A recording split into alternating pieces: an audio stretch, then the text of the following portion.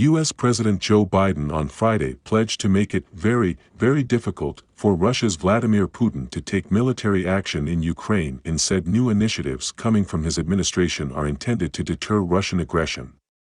What I am doing is putting together what I believe to be will be the most comprehensive and meaningful set of initiatives to make it very, very difficult for Mr. Putin to go ahead and do what people are worried he may do, Biden told reporters. Kyiv and Washington accuse Moscow of massing tens of thousands of troops on the border and of drawing up plans to invade.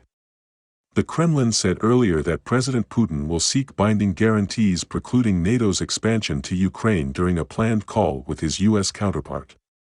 There are signs that Washington and Moscow are close to arranging a conversation next week. Ukraine says no to Russia guarantee. Ukraine is refusing to give up its aim to join NATO, as well as give any security guarantee to Russia, the country's foreign minister said on Friday.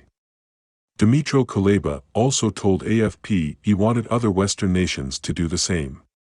He called on the United States and its North Atlantic allies to reject Moscow's demands for easing tensions along the Russia-Ukraine border. I reject this idea that we should guarantee anything to Russia. I insist, it's Russia which should guarantee that it will not continue its aggression against any country, he said, speaking on the sidelines of the OSCE summit in Stockholm. An agreement by Ukraine to abandon its goal of joining NATO is not an option, Kuleba said, stressing that NATO and EU membership are in the Ukrainian constitution. The minister added that it was absolutely inappropriate for Russia to exert any influence on decisions taken by a sovereign country like Ukraine or an international organization like NATO. Russian escalation probable in January, says Kyiv. Ukraine's defense minister told Parliament on Friday the number of Russian troops in the area was estimated to be 94,300. Oleksiy Reznikov said intelligence suggested a probability of a large-scale escalation by Russia in late January. He added that Ukraine would not do anything to provoke Russia, but is prepared to respond in case of an attack.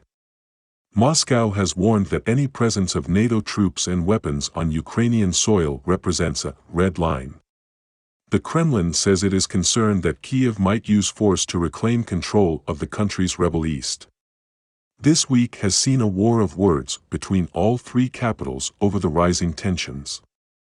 U.S. Secretary of State Antony Blinken told Euronews that Washington would respond if Russia acted recklessly over Ukraine.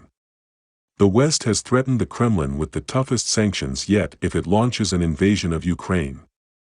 Moscow has insisted it has no such intention and accused Ukraine and its Western backers of making up the claims to cover up their own allegedly aggressive motives. Russia's Foreign Minister Sergei Lavrov, who met Blinken in Stockholm, warned NATO against deploying its troops and weapons to Ukraine. The top Russian diplomat charged the West was playing with fire when turning Ukraine into a bridgehead for confrontation. The current tensions over Ukraine come 7 years after Russia's annexation of Crimea and the takeover of part of eastern Ukraine by pro-Russian separatists.